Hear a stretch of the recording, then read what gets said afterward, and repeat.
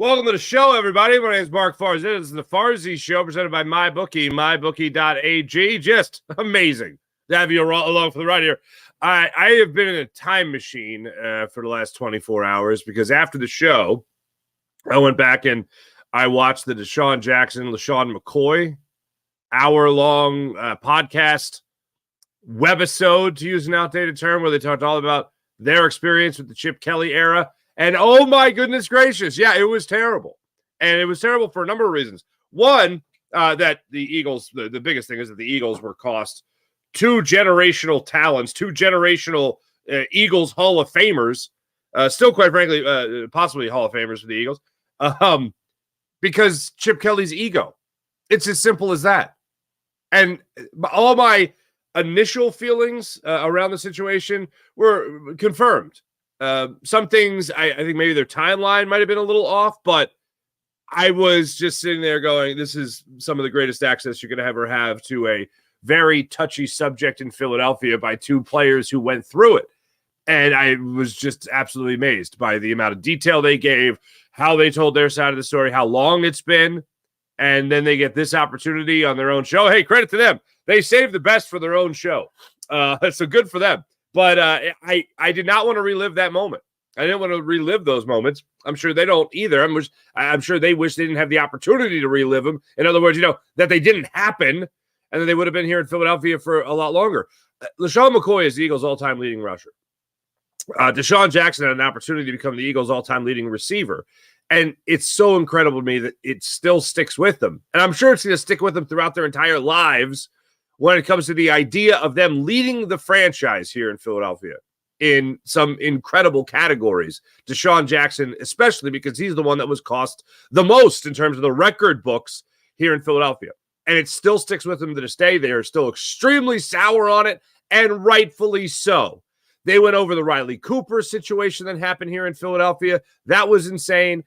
They really touched on everything throughout the Chip Kelly era. We'll talk about it on the show today, what I picked up from it, and also what I picked up from your new offensive and defensive coordinators, Vic Fangio and Kellen Moore.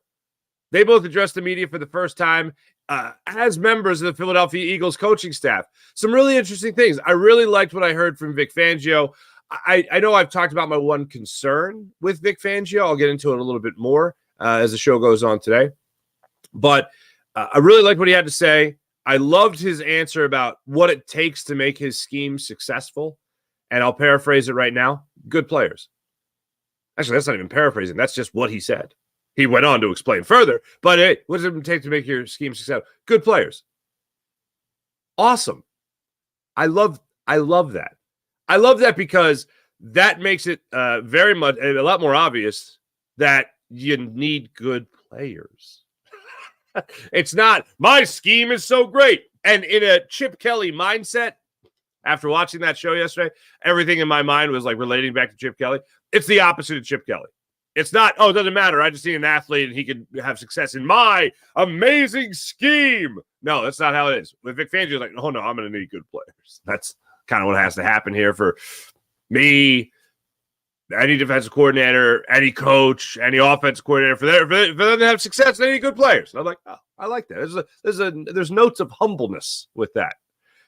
So I like what he had to say there. There's a lot of great stuff there as far as his scheme, his involvement in the Philadelphia area, growing up here and all that.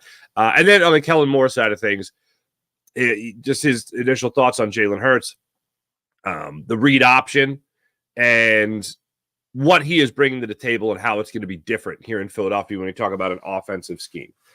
Those are all things that I found very interesting. One thing that I'm just flat out, I'm ashamed, folks. I'm ashamed is that I didn't celebrate this one moment that happened recently with the Philadelphia Eagles. And Jalen Hurts has been at the Novacare Complex. Saquon Barkley has been at the Novacare Complex. We've talked about Jordan Mailata and how Nick Sirianni highlighted Jordan Mailata, A.J. Brown, and Landon Dickerson as guys being in the building to help with the younger players, the rookies coming in for rookie mini camp and all that stuff. And you love all that. But what I didn't talk about is what the Philadelphia Eagles actually released on their Instagram account. And I don't think they put it out on Twitter. At least I didn't see it there. But they actually showed a couple of clips on their Instagram account. And I went, all right, this little warm-up, this is great. and I'm watching it, and I'm going through it, and all of a sudden, I see Jalen Hurts run a read option with Saquon Barkley. Now, that shouldn't be news, but to me, that is news because the conversation has come up with Kellen Moore in the past about how he doesn't use the read option and as to whether or not he would use the read option when he has Jalen Hurts and Saquon Barkley. I would think a offensive coordinator, a coach, a play caller would be, what's the word? Stupid if they didn't use the read option with Saquon Barkley and Jalen Hurts. You want to be that edge rusher coming into the backfield going, oh darn it. Who is getting this football? Who am I going to cover? Saquon or am I going to cover Jalen Hurts? I thought too long touchdown. Like that, it would be stupid to not use that play. I know it's something that Kellen Moore has not used in the past. Seeing them run that play, at least practice that play, practice that mesh point to get a feel for if you're Saquon Barkley. Oh, no, this is where Jalen's giving it to me. Oh, no, this is not where Jalen Hurts is giving it to me. That kind of thing. I loved seeing that play. And I thought it was interesting because I know it's been in question. I thought it was very interesting that the Eagles just kind of released that. So maybe we just overthought it for a second there. Of course, they were going to use the read option. So very happy to see that. That came out last week, and I'm very disappointed in myself. I didn't spike the proverbial football on the program when I saw that. Let's get into your coordinators. Let's start off with the defense. There was one shocking thing that came out of the Vic Fangio press conference yesterday. Both coordinators spoke for about 20 minutes. I thought they were as revealing as you thought they would be. Vic Fangio definitely has that. Dude, I've been at this for like 40 years, man. Get off my back. He's kind of got that type of demeanor about him in a respectful way. Like, I don't think the guy's a jerk or anything. But it's just like, yeah, I'll give you my answer. I'll tell you what I think. And the questions that he doesn't want to answer, he'll say, you probably want to ask Nick Sirianni about that. You don't want to ask me about that. You want to ask Nick Sirianni about that. But one of the things that he got into that I thought was very, very surprising was in 2022, we all knew that Vic Fangio was a consultant with the Eagles. The thing that we all kind of assumed along with that was that Vic Fangio was a defensive consultant, helping Jonathan Gannon run a similar scheme that he likes to run. I think that's what we all assumed was happening. And then the week before the Super Bowl, he was with the Eagles before they played the Chiefs as we thought defensive consultant. Well, this was a little interesting to me when he was asked about what his role was in 2022. Guess who he spent most of his time with? Oh, in 22? Yeah. I wouldn't hear that often. I really helped the offense. I'd say 95% of any of my contributions were to the offense and 5% to the defense. That's basically what I was doing, educating, trying to give the offensive coaches a pre-look at the defense they're going against, what could possibly hurt them, what's their strengths, what's their weaknesses, schematically where they can be attacked maybe and not attacked, all that different kind of stuff. But it wasn't every week. Would you have been here if the timeline of defensive coordinator openings was different last year? I think that's a fair assumption. So if Gannon didn't get that job with the Cardinals like a little later, then Fangio would have been here last year, and we would still not know who Sean Desai was. So that's that. But he spent 95% of his time with the offense, helping them break down what they could see in front of them. That was never talked about. That was never reported. I didn't expect him to be in the building a lot. As he said, I wasn't in the building a lot, but I wouldn't have expected him in that position to just kind of be that consultant, to be like in the NovaCare complex all the time, because that's not a consultant, that's a coach. So I found that very interesting. But the idea of him spending more time with the offense so they could understand what schemes, what scenarios they were going to find themselves in on a week-to-week basis. I had never heard that before. Vic Fangio just broke some news right there. Whatever it was, it couldn't have hurt. The thing that sticks out to me last year, other than the collapse, is the turnovers. The turnovers were egregious last year. So maybe they had a better understanding of what was coming. Maybe they had a better understanding as to what to expect and weren't caught off guard as many times because of whatever Fangio's influence was on the offensive side of things. The other thing that jumps to mind is how much help did the offense need? If you had a defensive, a 40-year veteran of the defensive side of the football, how much help did you need on the offensive side of things? Whatever it was, it worked. I ain't complaining. They made it to a Super Bowl. And unfortunately, they didn't do so well. And then the other thought I had was, why would you be 95% with the offense when the defense needed help? Anyway, that's just a couple of thoughts, a couple of ideas, right? The defense in 2022, you do have to remember, was not the defense we saw last year. The defense we saw last year was just horrible. The defense that we saw in 2022 had lots of redeeming qualities. For instance, number one pass defense in the NFL and 70 sacks. So I'm not going to bet on a share about the defense side of things in 2022. He went on to talk about his connection to Philadelphia, being a coach for the Philadelphia and then Baltimore Stars in 1984, 40 years ago exactly, he said. He goes to the Palladium on Packer Ave for his meals during work, just like he did when he was working at Veterans Stadium. All right, cool. All right. I didn't take it as pandering either. I just took it as it's great to be back. Go to one of my favorite bars. All right, cool, man. I definitely get super local vibes from him. Like not vibes like, oh, I grew up from an hour away from here or an hour and a half away. My mom's 90 minutes away. My kids are in 2 hours south. You know, I not in that flavor, but like he just has that type of attitude where it's like, if I met him, I'm like, are you from the Philly area? Like that would be my vibe. And it was interesting to hear him throw out local things like that. But as the press conference went on, he was also asked about what makes his offense work, or excuse me, what makes his defense work. And this is the one that really jumped out to me as interesting when it came to, hey, this Fangio scheme we've heard so much about. What makes it tick? Elements of it. Good players. And I'm not trying to be a wise guy with that, but we have a system that is versatile. We like to think that it needs to be versatile because every week you're facing different strengths of an offense, different schemes. So what you play in one week 10, 15 times, you may not play it all the next week. So you have to have a versatile system for the offenses today in the NFL. And what we'll eventually do is learn what our guys are best at.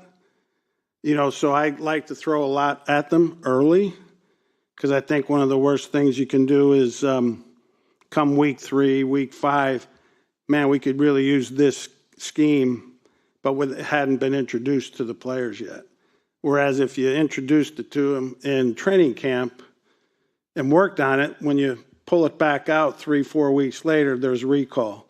So we'll throw a lot at them in training camp to see what best fits for them, what they're good at, and then try and whittle it down. But always keeping some stuff in the bank in case we need it at some point during the season. All that makes sense. It sounds like a very veteran coach who understands his players and understands what they need. But also, I need good players. That is something that seems wildly obvious, but I love the fact that he's willing to acknowledge it and not just be like, well, my scheme is fantastic. Give me a bunch of 7th-round picks, undrafted free agents, and, oh, baby, we'll be a top 5 defense in the entire NFL. No, good, a little humble pie. I enjoy that. If there was a point of controversy at all yesterday with Vic Fangio, it comes to Bryce Huff. Now, let's go back over Bryce Huff, okay? 41% of the snaps last year with the New York Jets, 10 sacks with the New York Jets, chip on his shoulder since the draft where he wasn't drafted. A lot of issues there with Bryce Huff, but he overcame them, and he overcame to the tune of a 3-year, $51 million deal with the Philadelphia Eagles. So I would just expect that his new immediate boss, if you will, in Vic Fangio, when his boss, Howie Roseman and Jeffrey Lurie, they gave him, $51 million. I would expect Vic Fangio to be gushing over Bryce Huff. Oh, what a great asset. Oh, man, what an incredible athlete. Oh, hey, coach, how are you feeling about, Bryce Huff being here? Oh, I can't wait to get him out of the field. Amazing players to be ready for that bigger workload. We know he's ready for it, and it's incredible. This answer to me sounded skeptical. Hey, Vic, what'd you think of Bryce Huff, that acquisition? Yeah, Howie asked us to watch him, both myself and Wash, and we liked him, and he's been a good pass rusher for the Jets. Playing in a somewhat of a part-time role. Hopefully, we can make him proficient enough to where he plays more, meaning his run play, and on the occasion or two that we might want to drop him. Hopefully we could, make him proficient enough to, play more than 41% of the flipping snaps. I was, all right. That I found very interesting. There's a test he has to pass now from Vic Fangio. I agree. Because what Vic Fangio is saying about him is also what I'm saying about him. Like, yeah, hopefully he can play more than Brandon Graham. So hopefully the guy you just signed who's on the upswing and this Bryce Huff fella, maybe this is a guy that you could get to play more. You just gave him $51 million and maybe he'll get 15 sacks and maybe he'll get to 17, 20 tackles for loss, whatever the case may be. Hopefully he can play more than 41% of the snaps. Hopefully he's going to be more proficient than he was with the Jets. I was like, oh, damn. That is wildly. If I'm Howie Roseman, I'm going, hey, how about you talk about how great a player is? We know he's ready for the bigger workload. He didn't give you coach speak about that. What I was saying earlier about Vic Fangio being that, wily veteran coach that ain't going to take no guff or whatever. Yeah, that would have been an opportunity for maybe a coach of this more recent era to say, just love everything about him. Can't wait to really get him, unleash him, No, well, hopefully he can prove himself. That was amazing. And he's right. There is pulling no punches. He is 1,000% right when it comes to Bryce Huff. Is he ready for the promotion? 3 years, $51 million. You better be ready for the promotion. So I love that answer about him. He spoke glowingly of Quenyon Mitchell. I also like that he didn't crown guys before they deserved the crown. Like just being a first-round pick, a second-round pick, when he talked about Cooper DeJean, for instance, he was not talking about them like, oh, these guys are amazing. This is exactly how we're going to use them. Likes a lot of things about Quenyon Mitchell. Talked about his good movement, talked about his good size, all that. Cooper DeJean, he talked about the versatility. This is what I thought was really interesting because when it comes to young players, I think it's worth noting that when you see these physical specimens that come into the league, especially ones that just want to make sure they play, they're not going to drastically change their position, but corner to safety is a little bit of a change there. Corner to nickel corner is a little bit of a change there. So he's talking about the three positions that Cooper DeJean can play, and he says that a lot of players come in physically, if not most players come in physically, with the intangibles physically to be versatile players. What holds them back from being what holds them back from being versatile players is the mentality, the mindset, the mental aspect of the game. And that makes all the sense in the world because, guys, there's things that, from a physical perspective that Darius Slay can do, that Chauncey Gardner-Johnson can do. But when it comes to the mental aspect of switching positions, that's a whole other ball of wax. Physically, your intangibles are your intangibles. Mentally, your intangibles have to be they have to be quick to adapt, especially in the Vic Fangio scheme, where communication is going to be paramount. So that I found was interesting. And he's not putting the cart before the horse with anybody. He wasn't doing that with Bryce Huff. He wasn't doing that with Quenyon Mitchell, and he wasn't doing that with Cooper DeJean. When it came to scouting, I liked his answer. This is where he did keep things a little tight-lipped.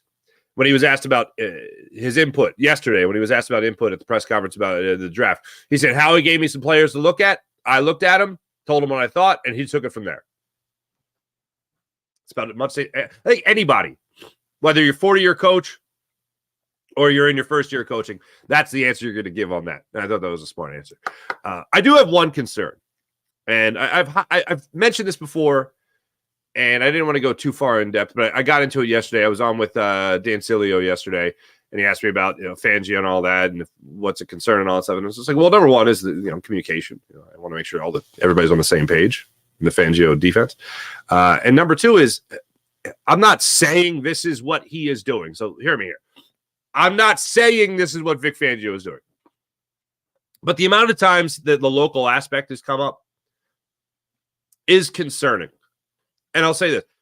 If things go, let's just fast forward to week 8, and the Eagles are 1-7, whenever their bye week is. I don't know. It hasn't come out yet. But when the Eagles come out, and let's just say they're just having a terrible year, and the defense looks terrible, communication is awful, people are out of position, kind of looks like the last 4 or 5 games of last year. One of the places my mind will go, and honestly, it's already been here, but this isn't just a cush retirement gig, right? Like maybe I'm just kind of scorned from the Andy McPhail era of the Phillies, where I remember talking to him, interviewing him, and talking to some other people, and I just remember he told a story about learning how to grill. In his time away from baseball, I think from the Orioles to the Phillies, I forget how long it was, but he just it was like this little retirement gig, and I'm like, oh, he's got a sweet retirement gig where he's not that far away from home, and if they win, they win. And then he comes out with if we don't make the playoffs, if we don't, we don't, and it's like, oh yeah, it's just a retirement gig. Fangio didn't say anything like that yesterday, but what put me in the mindset of I'm geographically close to the people I love most in my life. That's where the Eagles are. That's where I can be. They like me. I like them. And I started my career in Philadelphia. I like to end my career. When people start talking about the end, that's where I start to get a little bit nervous. Like Jason Kelce, when we had Olivia Reiner on Inquirer.com, and she was talking to us about catching up with Jason Kelce in Baltimore after Travis Kelce and the Chiefs had just won the AFC Championship game. It was when he started talking about being around the team as opposed to being on the team. And that was the first time I really went, maybe this is all going to come to fruition in terms of his retirement. I like that because I want Jason Kelce to play, obviously. So when Vic Fangio is asked about his last stop, he says, yeah, probably, but, it's a crazy world and all that stuff. And then the relations to family. Everyone wants to be close to family, especially you got kids. You want to be close to your kids. His mom is 97 years old. He wants to be close to her. That's great. I love that. I applaud all that. But it also makes me think football isn't the number one thing anymore. Okay. He's up there in age. He's been doing this a long time. He's come full circle, so to speak, where he started his pro coaching career with the Philadelphia/Baltimore Stars. And now he's back in this area. It just has me thinking, I hope he just didn't take some cush retirement gig, like pre-retirement gig. Let me get 2 more years out of the NFL. If it's 2 more years, I'll feel a lot better, actually, because that shows he really wants to be here. And it was successful. So it's one little, when I go into the worry mode in my brain, that's one little thing that went, He's mentioning the geographical location of Philadelphia and not, oh, man, all these great players I can play with. A little concerning. So those were my takeaways from Vic Fangio yesterday. Kellen Moore addressed the media as well yesterday. One of the first questions he got asked was what he brings to the table is going to be different.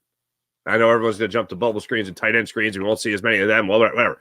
But here's Kellen Moore. He was asked about what he brings to the table that's going to be different here in Philadelphia with his offensive philosophy. Yeah, I think everyone's got their different flavor from a systematic approach. I think our real focus here, as we've gone through this process, is we got a lot of good going on, and we can't lose the good in the reps that, Jalen and AJ have developed and Dallas has developed, and this offensive line have developed, and how can we build off of those things and really connect the whole thing. And so that's been a really fun process. There'll be tweaks, there'll be changes. Everything's constantly evolving. That's part of this whole offseason program. I mean, we just got to our first week of actually being on the field with these guys. Once you get on the field, things just start evolving. And so that's really where we're at. We're at a really beginning level of this thing. We're really excited to go through this process with phase 3, get a little bit more field work. And then really when you get to training camps, when you can really hammer in the run game and the play action game and how all that stuff connects. Talk to me more about play action. One thing they do, a lot in Dallas was play action. And I mean, it's just basic football. It's one of those things that you don't see a lot. And if play action is a version or extension of the read option, if that's one of the things he's bringing in, if you're going to see Jalen Hurts under center more, then great. If you're going to see Jalen Hurts under center more and then hand off with a single back like Saquon Barkley, great. All that's fantastic. Love every aspect of that.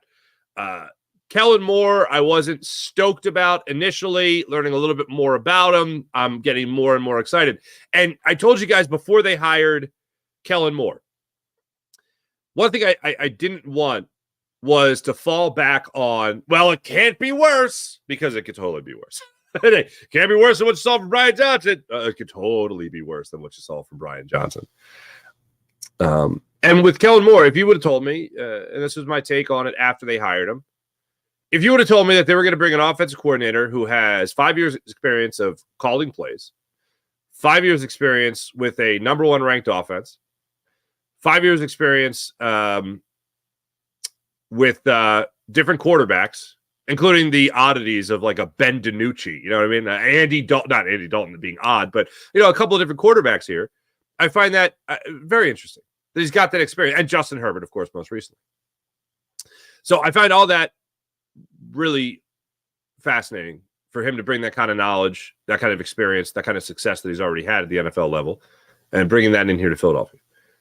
The only concern I have is if I have a concern that Vic Fangio, if I go down the line, is just taking one last sweet retirement gig, if you will, then my other concern actually has to do with a positive thing, because it means that the Eagles actually had a great season, is that Kellen Moore won't be here long. You're giving this experienced offensive coordinator all those names you just mentioned, or he just mentioned. A.J. Brown, you're giving him Jalen Hurts, Saquon Barkley, Devontae Smith. You're giving him this offense, these offensive weapons. Now he's not supposed to get a head coaching gig after this? If you're asking me what's going to be amazing about this upcoming Eagles season, it's going to be this offense. I can't wait to see this offense. I have an actually similar feeling, and yes, we will get more to Chip Kelly in a second, but before Chip Kelly ever coached a down in the NFL, oh man, the hype in this city around Chip Kelly and what this offense was going to be. Oh man, I remember going to a couple practices in the early goings of the Chip Kelly era, and first off feeling like an old man, like turn the music down, and then watching the players run around out there on the football field, unlike anything I'd ever seen, in a way, in a style I had only seen since maybe like not even college, like high school. Like the way they were I described it to people as an assembly line of football. They were just cranking out football is what they were doing at that practice. And I just couldn't wait to see that offense debut. And then, man, and Jason Kelce even referenced it, man, when he was retiring. No one had ever seen anything like it in football. It was absolutely incredible. And it was. I have a very similar amount of excitement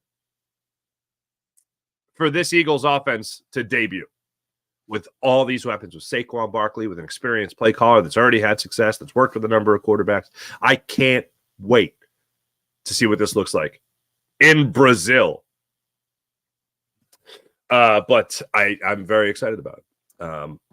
That's the last time I've been so amped up for an offense, is that Chip Kelly before that first half against Washington on Monday night, if I'm not mistaken. Let's get to the quarterback. Yesterday, Kellen Moore was asked, as you would assume, the early impressions of Jalen Hurts and what Jalen Hurts has for his offense. Yeah, I really enjoyed Jalen's process. so far, I think really it's focused on how he processes the game and just kind of the classroom aspect of it, and we're beginning the field process of really getting out on the field and being able to do this thing. But I've really enjoyed our conversations. I think he's a really smart player. He has a great feel for this game. The more conversation we have, the more we get to make these adjustments and build off of this thing. But Jalen's one of the premier quarterbacks in this league for a reason, and you see it, on film previously, but obviously getting on the field now, you're certainly seeing it. Yep. Premier, great. Everything's great. Everything's awesome. Love that. He didn't give you too much in-depth stuff there when it came to Jalen Hurts, but what he did talk about a little bit more was Jalen Hurts, the runner. And I know this is going to be when you have a mobile quarterback, when you have a quarterback that can, push the hell out of touchdowns, when you have a mobile quarterback that can break for 20 yards, 30 yards at any given moment, you're going to be asked about it, especially in this day and age where everyone's trying to protect their quarterback more than ever. So here's his answer on Jalen Hurts, the runner. What Jalen's done in the run game is there's a handful of guys who can do this in this league, and so it's certainly a really advantageous thing that we can continue to utilize, and certainly we will. And so it's a process that I've enjoyed, just better learning about how we've been able to use him, and then exploring some other ways as we continue to grow this thing, how we can continue to build off of that. And so it's something that Jalen's done a phenomenal job with, and we'll obviously continue to embrace. Yeah. The unique, what was the words last year? Embrace the uniqueness of his game. I feel like you have a guy in Kellen Moore who is not going to limit Jalen Hurts' ability to do that. I would hope that if you're Doug Nussmeier or you're Kellen Moore, one of the things you're going to try to drill into Jalen Hurts' head is, hey, man, a single is fine. A single is fine. You don't need a home run. Don't need a triple. A single is fine. If the defense is giving you a single, most of the times, take the single. Dump it down to Saquon Barkley. Maybe Devontae Smith's running a short route. Right there. Boom. Dallas Goedert. Right there. Just check down. We got some good running backs here. We have one really good running back here. Let's give them all in. The scanning of the field, going through the progressions. I would love for Kellen Moore to really drill that into his head and make him faster through the progressions and reading the defense and what they're doing and all that. And I would love to see that continue to happen, that maturation process of Jalen Hurts. But one of the ways you can kind of help him out with that is, hey, a single is fine. You don't need the big 3-run home run here. Single is fine. And if they're able to do that, other than just gaining yards or putting the ball in the hands of a guy who can hit that home run for you, in Saquon Barkley, for instance, and I'm talking about, checking down to the running back in this instance, or Kenny Gainwell, whoever it might be.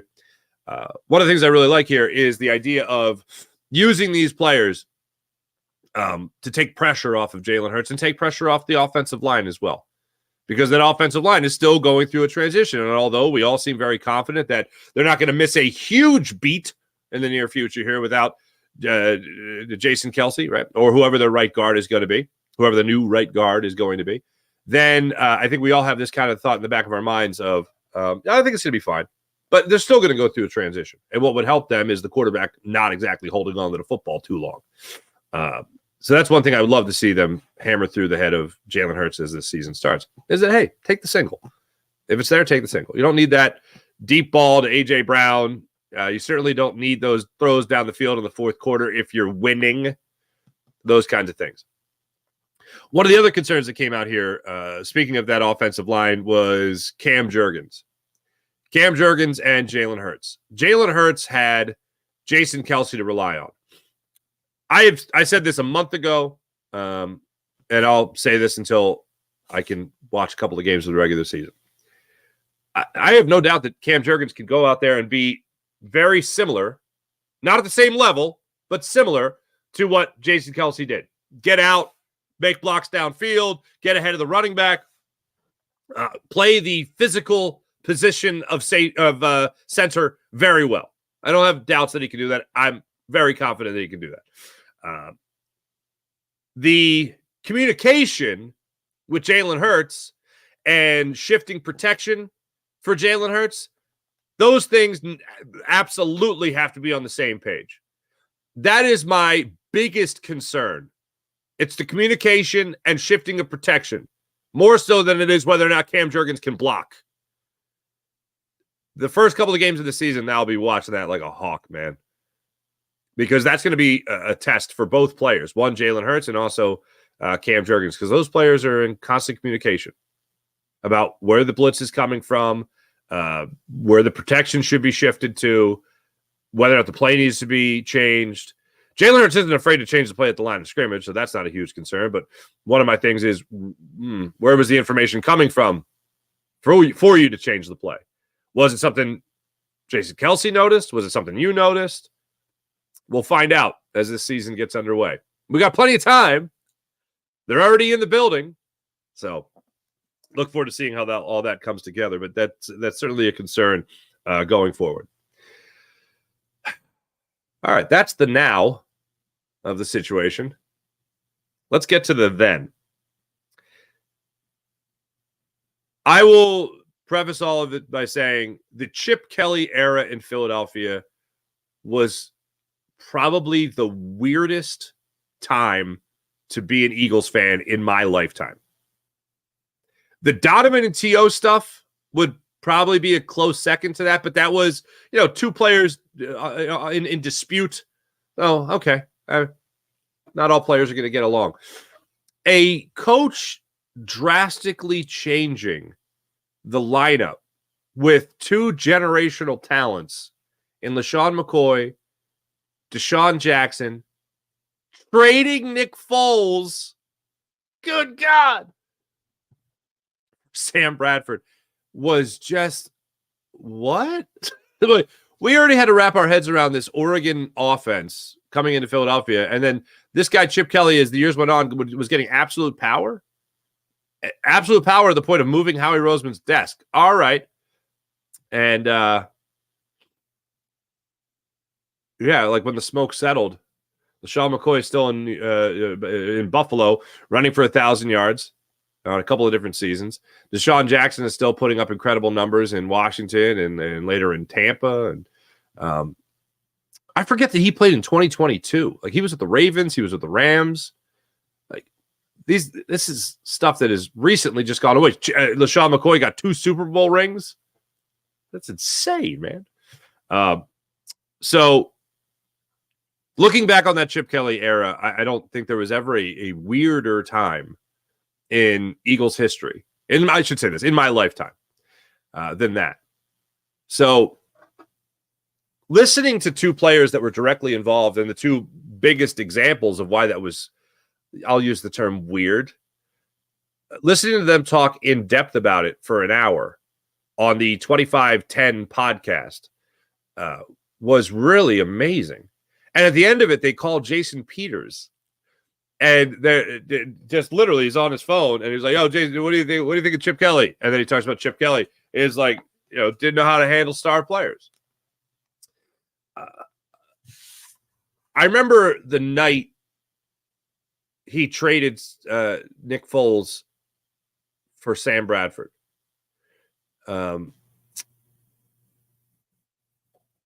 He was at the Cats JCC in Cherry Hill, New Jersey, and I was there because we had just found out that he was pulling the trigger on these deals, the Nick Foles one especially. And it was very confusing, and he had a public appearance there to speak for a little bit. And he spoke for like 10, 15 minutes, I don't know. And Big Dom was there as his escort. And I remember there was a lot of media there, and we all just wanted to get a second with Chip Kelly. And he did not talk to anybody. Just traded a guy that had 27 touchdowns, 2 interceptions a year previous. LeSean McCoy had been dealt. We hadn't heard from the head coach. And we're like, what the hell is going on? First DeSean Jackson, now LeSean McCoy, and now Nick Foles. This is just absolutely insane. What is going on here? So it was a really weird time. It was the weirdest time I can remember in Philadelphia Eagle history. So to listen to these two players yesterday go on and on about it was really insightful. So much so that I actually did take notes. Because I was like, this is a lot of stuff they're throwing at us.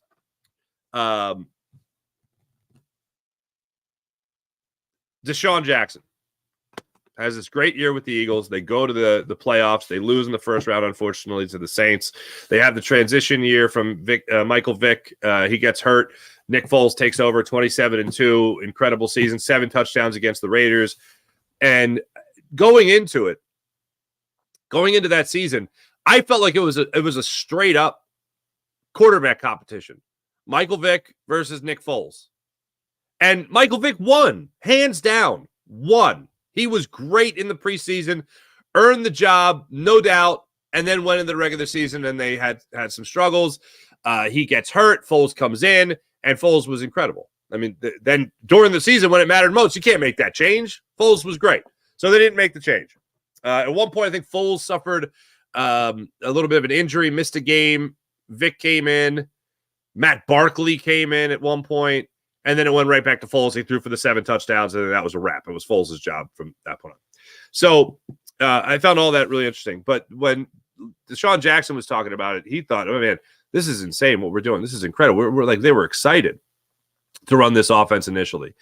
And then what started was, from the DeSean Jackson perspective, was that Chip Kelly did not know how to handle men.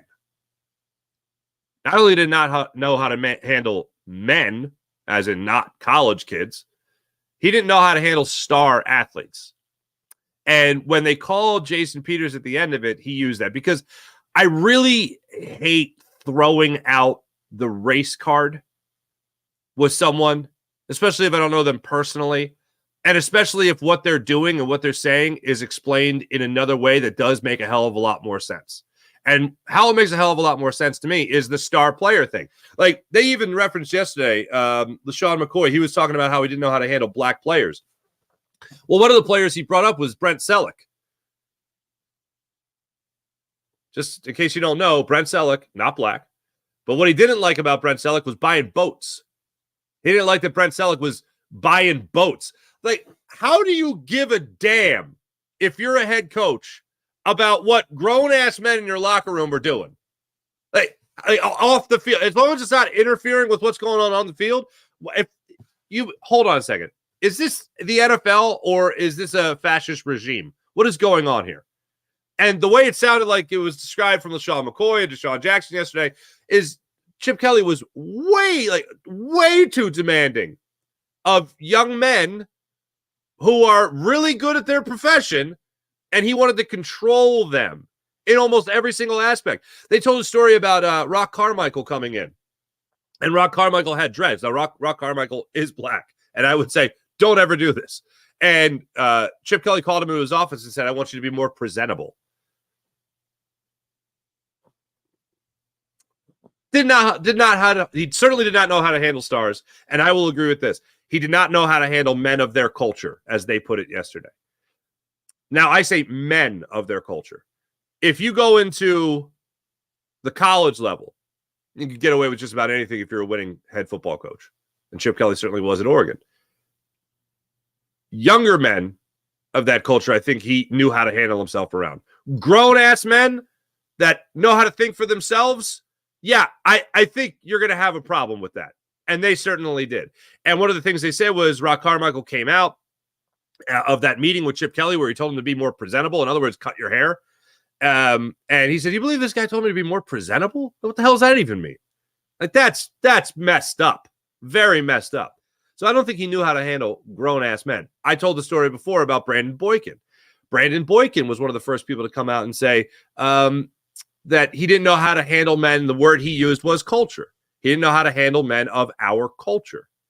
And immediately, there's some huge racial undertones to that. And I just so happened, after that story came out, Brandon Boykin was with the Steelers when he made those comments. The Steelers were playing in the Hall of Fame game in Canton, Ohio. I was out there working the game. And I remember I went to the Steelers locker room afterwards, and I waited on Brandon Boykin, and I said, I'm Mark Farzetta, Philadelphia. I just wanted to ask you a couple of questions about what you meant with the Chip Kelly comments. I'll never forget it.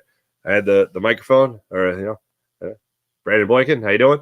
Chip Kelly, you want to clarify your statements? And I'll never forget. He looked at me and goes, with that that smirk smile you have when you might be waiting at the elevator with somebody at the same time that you don't know that, that kind of smile, whatever the hell that is, And he just goes, mm-mm.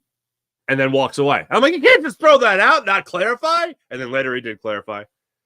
But he said that he didn't find that Chip was racist. He just didn't know how to handle men, basically.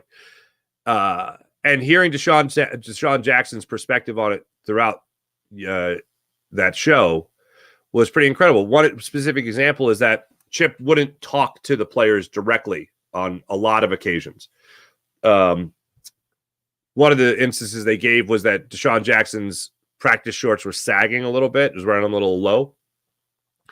And Chip told an intern to tell an offensive coach to tell DeSean Jackson to pick his shorts up. Excuse me, pull his shorts up. Cowardly, rather cowardly.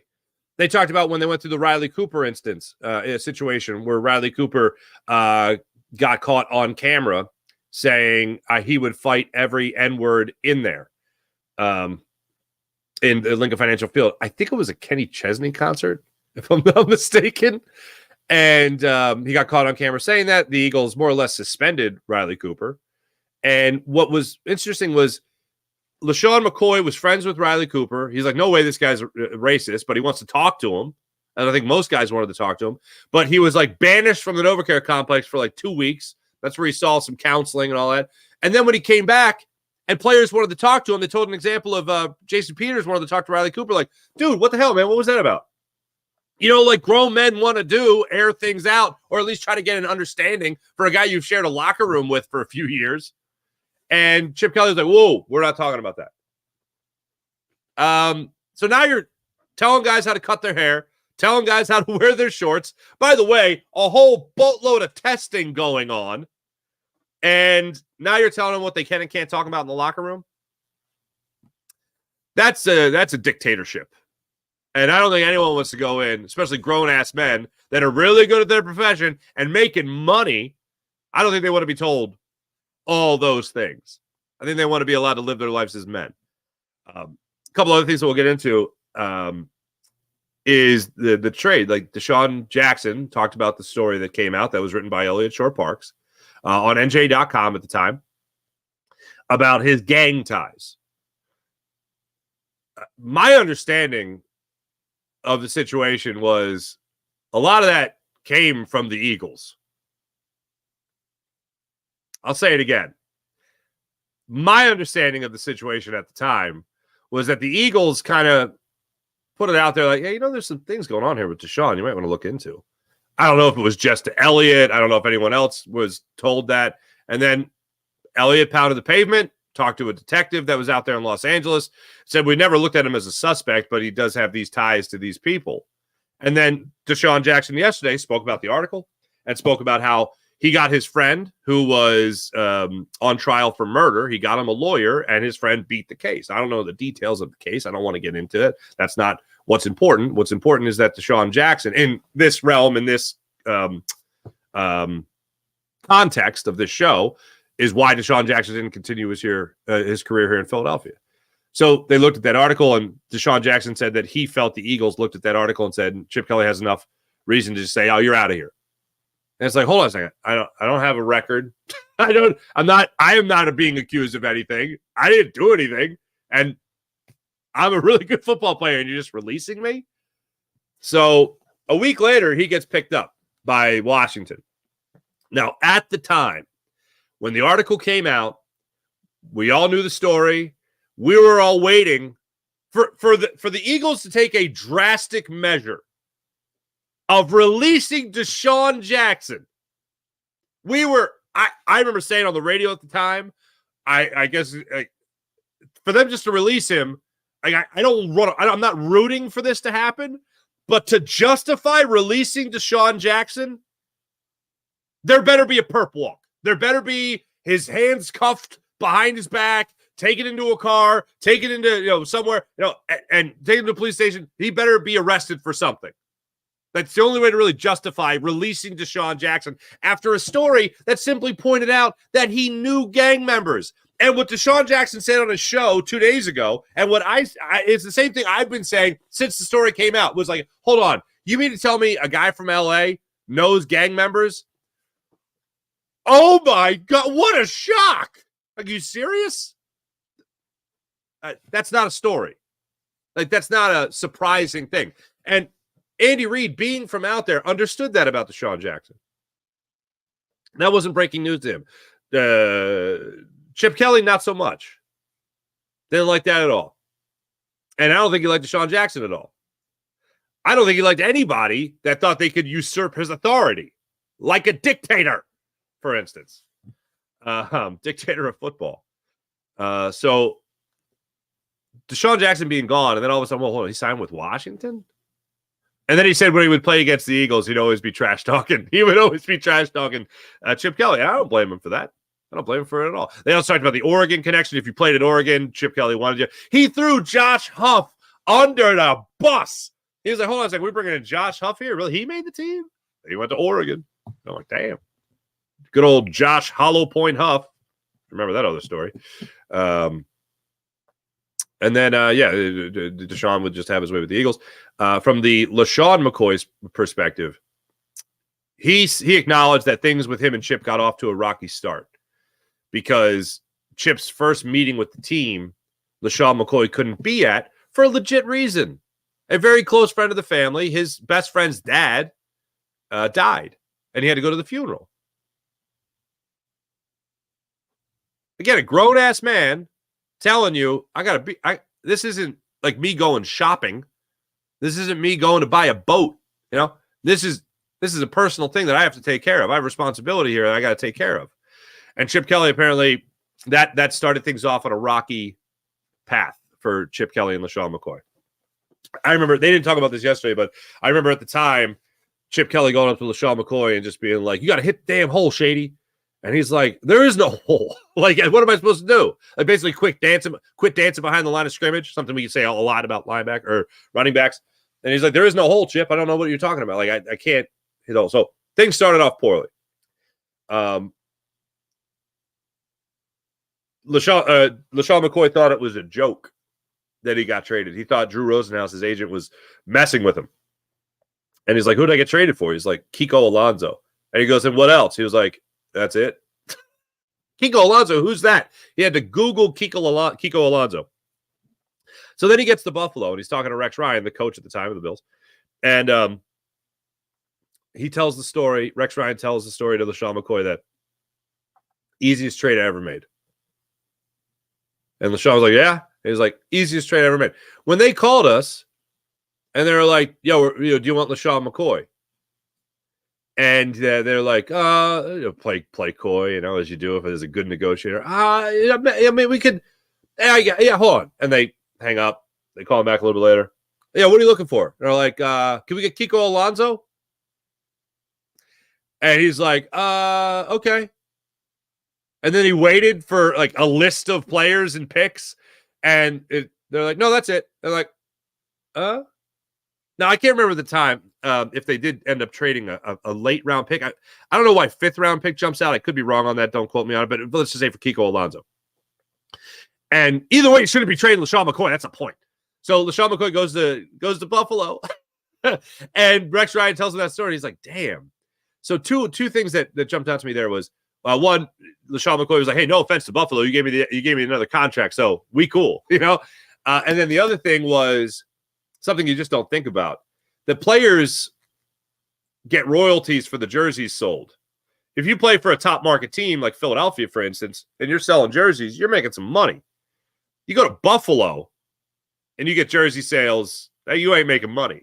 Like, that's not a lot of money.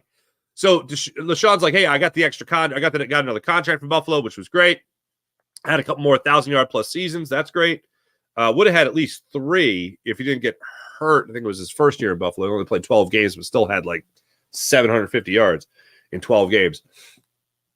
He said the jersey sales, like his jersey sale was like one of the top selling jerseys in the league when he was with Philadelphia, and he was getting a nice chunk of that.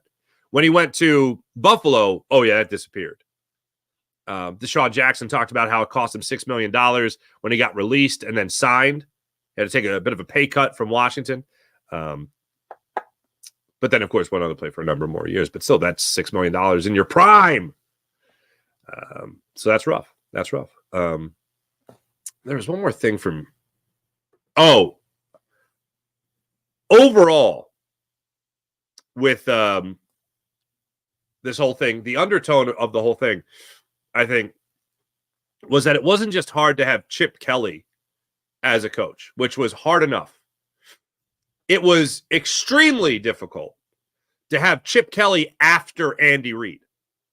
Like, there is no joke. DeSean Jackson, LeSean McCoy loved Andy Reid. And one of the things they loved about Andy Reid, two things. One, you're a human being and you're an adult, grown-ass man.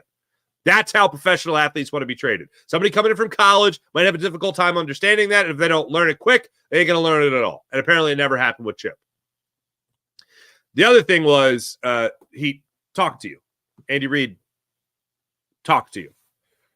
I know there was one story recently about about Andy Reid not calling out Donovan McNabb. I think it was from Asante Samuel around the Super Bowl. He didn't critique Donovan McNabb. Everybody else he'd talk to, he wouldn't talk to Donovan McNabb. A quarterback's coach or something would talk to him.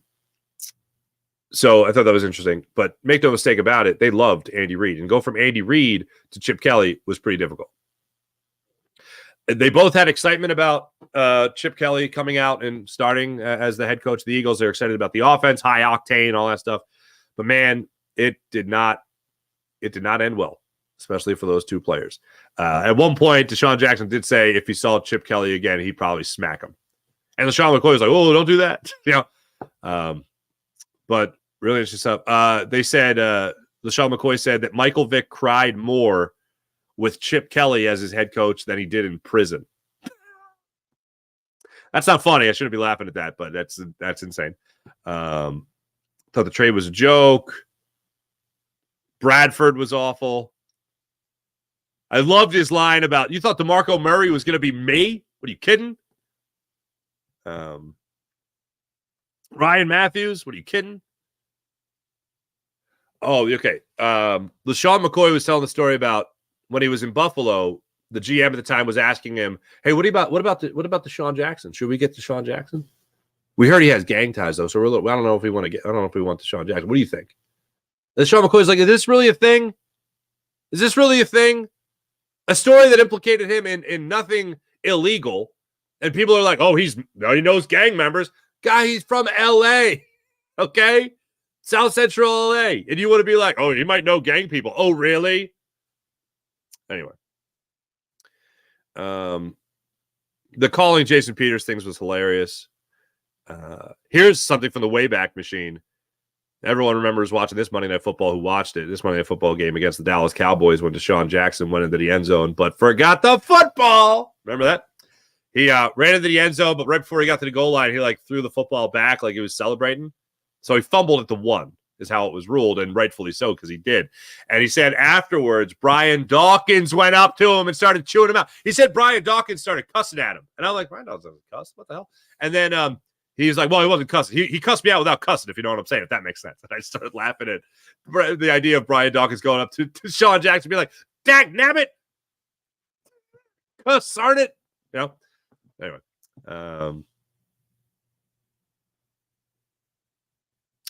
Also interesting, Deuce Staley, the position coach at the time, would be coaching up LeSean McCoy, and LeSean McCoy would be like, dude, this isn't how you speak. Like, where's this coming from? And Deuce would be like, Chip wants to make sure you're carrying the football high and tight and blah, blah, blah, and hitting the hole and all that stuff. And he was like, okay. Very interesting. If you want to go back on this time and really learn about that era, like I know a lot of younger people might want to go back and look at the Donovan and T.O. fight and, the dispute, whatever. This was as in-depth as you can get around that Chip Kelly era. And it really was. Every ounce of it was fascinating. It was absolutely fascinating. So, yeah. Yeah, that's what I got on. Hey, let me tell you about the Game Time app. You want to go to the game? Want to go to the concert? Want to go to the comedy show? Download the Game Time app to your phone to get your tickets. And when you do, use promo code Farzy. That's promo code Farzy on the Game Time app for the guaranteed lowest price on that ticket that you want. How do I know it's guaranteed lowest price? Well, if you find tickets in the same section and row for less money, the Game Time app will credit your account 110% of the difference. Sounds pretty incredible, right? Use promo code Farzy when you download the Game Time app. When you download the Game Time app, use promo code Farzy, you'll get $20 off your first purchase on the Game Time app. So take advantage of all they have to offer. They have last-minute ticket deals, flash ticket deals, even ticket deals for an hour after the event starts. So if it is a concert, if it is a comedy show, you might miss the opening act, the middle, but you'll see the headliner at a great low price, all courtesy of the Game Time app. So download the Game Time app if you want to go to the next Phillies game on their homestand when they play the Mets again, coming up in a little less than a week. Download the Game Time app, use promo code Farzy and get $20 off those tickets. How about that? Let's get to the chat check and see how you guys are doing on this fine Friday. Happy Friday. Daz. Good morning, Daz. What's popping? April. Good morning, April. Sean Kilrain, what's going on? Interesting. Fangio mainly helped the Eagles offense, not the defense so much, when he consulted for them in 2022. That is amazing. I was very shocked to learn that. Crowley, what's going on there? Crowley, what's going on? Nice avatar there. Good morning to you. Mike Fucci, happy Friday to you as well. Everyone, we need another pass rusher. See what Jalix has got. Love that name.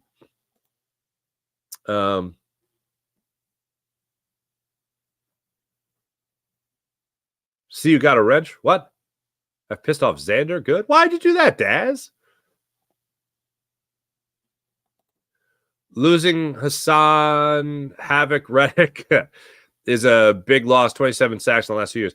Yeah, Mike, I'm still waiting. Has anyone else seen that news that came out about Hassan Reddick signing some very lucrative contract extension? No? You haven't seen that news? Me neither, because it hadn't happened. Vic, or Daz, I'm excited about Vic. Nice to see the Eagles actually get some experienced coaches. I agree. I'm excited too. I am excited about what he can do defensively. I'm excited about what Kellen Moore can do offensively and all that. Oh, by the way, some really odd thing that I picked up, I saw yesterday that I just went, huh. You know what Vic Fangio's middle name is? Vic Fangio's middle name is Mick. M-I-K-C. Jeez. M-I-C-K. That'd be funny. M-I-C-K. His name is Vic McFangio. Hey, Vic McFangio. How are you? Top of the morning to you. All right, sorry. That's enough. That's where my idiot brain went for like 5 minutes after I read that on Wikipedia. I wonder if that's true, Wikipedia. Vic McFangio. These are the things that amuse me in my idiot brain.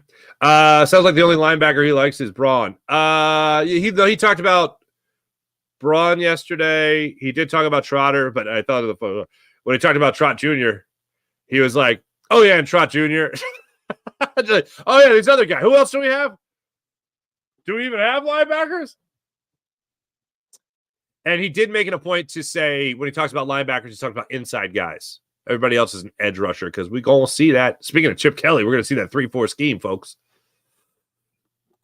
I like their press conferences. They sounded promising. Let's see how they do on the field. Exactly. I'm with you there. I'm with you there.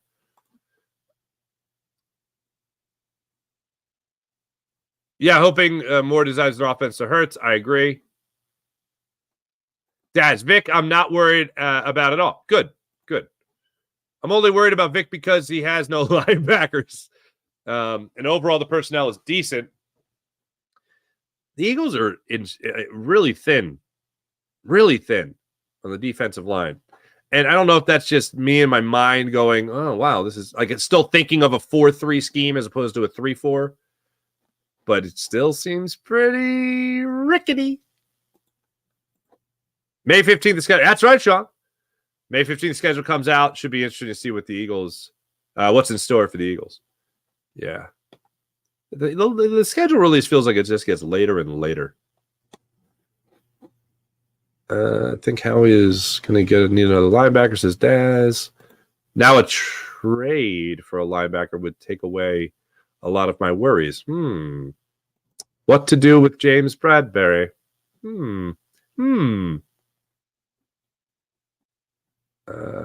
Jason A, good morning.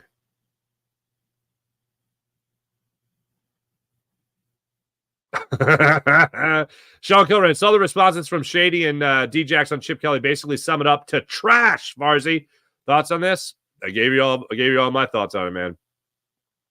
Weirdest time in my life of Eagles news. Weirdest. I was a little pup for the Buddy Ryan era. So I would imagine him calling. Oh man, I always mess up Leonard Tost and it was Bremen. It was Norman Bremen. Calling Bremen the man in France. That would have been funny if I was alive. Oh my Fuji, Mark! I hope I eat crow saying this. If this goes south and Fredo Sirianni gets the boot, is Kellen Moore the Eagles' new head coach? There is if the Eagles lose in the first round of the playoffs or the second playoff game, and they have a great season, I wouldn't be shocked if Nick Sirianni gets fired and then you hire the offensive coordinator as the head coach. That wouldn't be shocking. It's very rare that happens where you fire the guy for the coordinator. But if the offense sucks too, then you're looking at cleaning house after 1 year, and that'd be awful. Fredo Sirianni. I was just telling somebody the other day, the Corleone brothers. Oh my goodness gracious. Is that not a great, like, there are the three degrees of man. You could be Sonny, you could shoot your mouth off, then you get end up being shot up at a phone booth. No, spoiler. Sorry, spoiler. You could be Michael, calculating, conniving, right? Methodical. Or you can be Fredo. I'm smart. And if you have to tell people you're smart, you're probably not that smart. 3 degrees. 3 degrees. Ooh, Sean Gillespie, Riley Cooper. Ooh, baby. Yeah. Yeah, there's a reason why the majority of the players not like that man. Yeah. He was a tyrant. 1000% agree, Sean. Wasn't going to work for Chip telling grown-ass man how to do. Sean Gillespie. So here's, okay, I'm glad you mentioned this because I didn't, this is one thing I didn't touch on. So I saw a lot of people crediting Chip Kelly for Lane Johnson. I would seriously doubt that was Chip Kelly's pick. Like, I didn't think Chip Kelly had absolute power until his 3rd year, because that's when Howie's desk got moved. So I never credited him for that. One thing I absolutely give credit to Chip Kelly. 2 things I give him credit for. One, specifically with the Eagles, is Jeff Stoutland. I'm surprised by how many people forget that Jeff Stoutland was a Chip Kelly hire. The other thing I credit Chip Kelly for is something more general in the NFL, and that's something that doesn't specifically have to do with the Eagles. Of course, it has to do with generally the NFL. Before Chip Kelly ever coached a game in the NFL, his influence was in the NFL. 3 examples of that. 1, the Patriots running more plays than ever was a absolute influence of Chip Kelly's offensive scheme. 2, the Packers going with a hurry-up offense out of the gate was a big Chip Kelly influence. And in just terms of coaching, like, it's a copycat league. It's a copycat world in football. Oh, that guy's doing that. I wonder if that works. And, like, these guys are spending all day dissecting football. So, yeah, they're going to watch Oregon. Oh, this guy's doing this. What's the high fly offense? What can I incorporate? And then the third thing is it's the signs. Also in Green Bay, not with the Packers, but in a playoff game, I believe it was. I'm sorry, I got to do this. Joe Webb. Sorry, I know you just cringed a little. Joe Webb was playing for the, I think it was Christian Ponder couldn't play. So Joe Webb had to play. And they were using the read option, and they were using signs and cards on the sideline, a la Chip Kelly. 3 influences. But, yeah, they gave him all that power. And I thought they always gave him the power the final year. Twiz, Vic's not going to take any crap from anybody We needed a guy that's going to push for our guys. I hope so.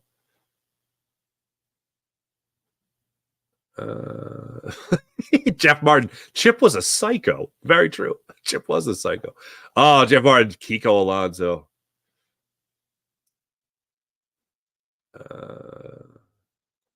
I'll blame Howie for it. He had a chance to draft Edgerrin Cooper. Yes.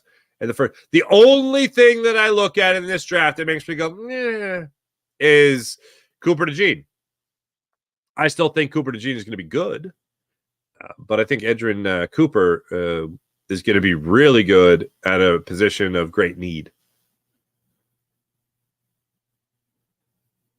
Man, if B-Dog came to cuss me out, I think you mean. April says, if B-Dog came to cuss me out, I'd be terrified. That man carried that weight. He absolutely did. Jason A. Braun a lot better than we think. All right. I hope so. Let's see. Twiz, Crawley, Twiz, Rogers, Mitchell. A lot going on in the chat. Chat's bumping today.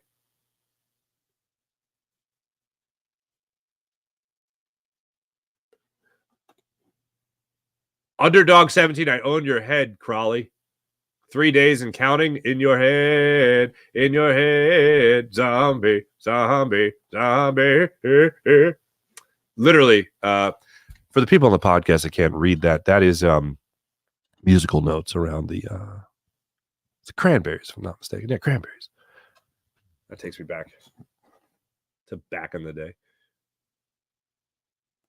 Bob Brown. It'll be very interesting to see how Bob Brown, is that Avatar Jesus with a bandana? That looks like a badass Jesus with a bandana, an American flag bandana. It will be, if that's you look like Jesus. A more badass, less hipster Jesus. It will be very interesting to see how Vic uses the talent he has. I still get the sense that Vic sticks to his system and not work towards the player's strengths. Camp will be fun. I think it'll be fun. Bob Brown, no, but I like it. I like it too. It's pretty great. Underdog was a joke, bro. Crowley. Wait, hold on. I miss a joke.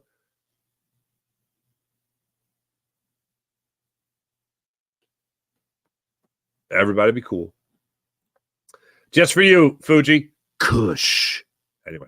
Thanks everybody in the chat. You guys are wonderful, as per usual. Let's get to the morning rush brought to you by Sky Motor Cars. Wait a minute, hold on a second. I'm just saying something here.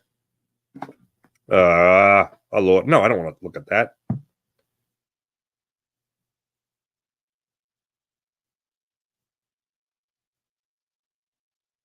Wait, what?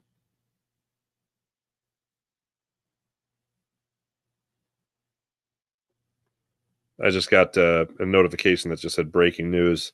That was a lie. Thought it was something else. It said breaking news, WNBA. It was retweeted by Keith Pompey. And when I looked at it, I was like, breaking news, WNBA. Why is Keith retweeting that? And we're seeing the first flag on the ground. That's something for Toronto. I was like, wait, are we getting a WNBA team? Because it is a joke that Philadelphia doesn't have a WNBA team.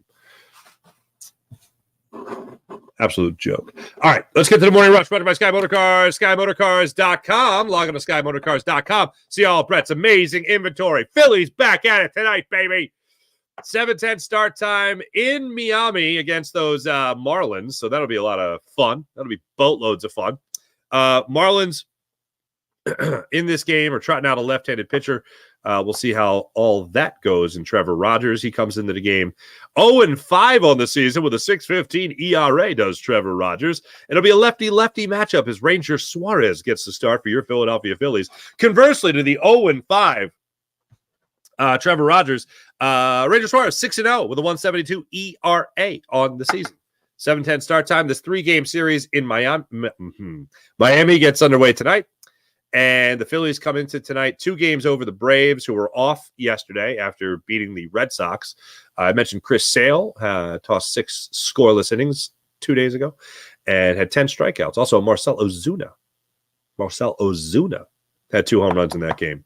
Call an Uber. And, yeah, so that's going down. 7:10 tonight. Phillies are back at it. I look forward to that. Thanks for, holy Stromboli. How can I forget this? Oh, baby. Oh, man. Look, the Sixers are out of the playoffs. I don't know if you guys caught that or not.